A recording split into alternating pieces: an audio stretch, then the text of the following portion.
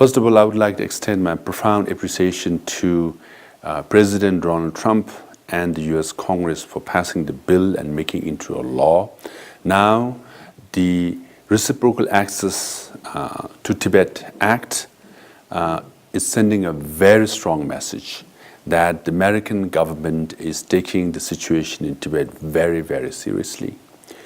So far, Chinese officials and Chinese people could come to America freely, and that should remain as before.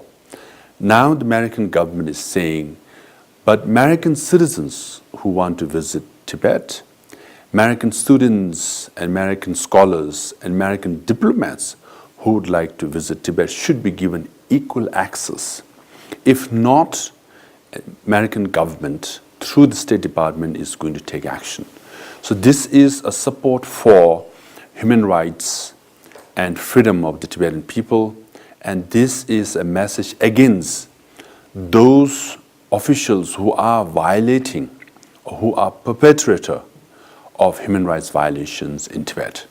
Hence, this is a message of equality and justice. At the moment, we are not lobbying in India, but I think the people in India should study the Reciprocal Access Act to Tibet. But we have urged other European countries to pass similar bill so that European diplomats and European citizens and European people can visit Tibet as the Chinese officials visit Europe.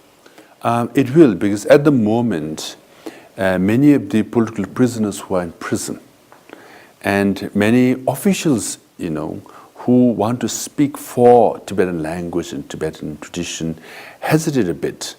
And sometimes the upper hand is with those officials who violate human rights and who deny religious freedom. And they think they can get away with it because there is no one watching and there is no one to, reprimand them.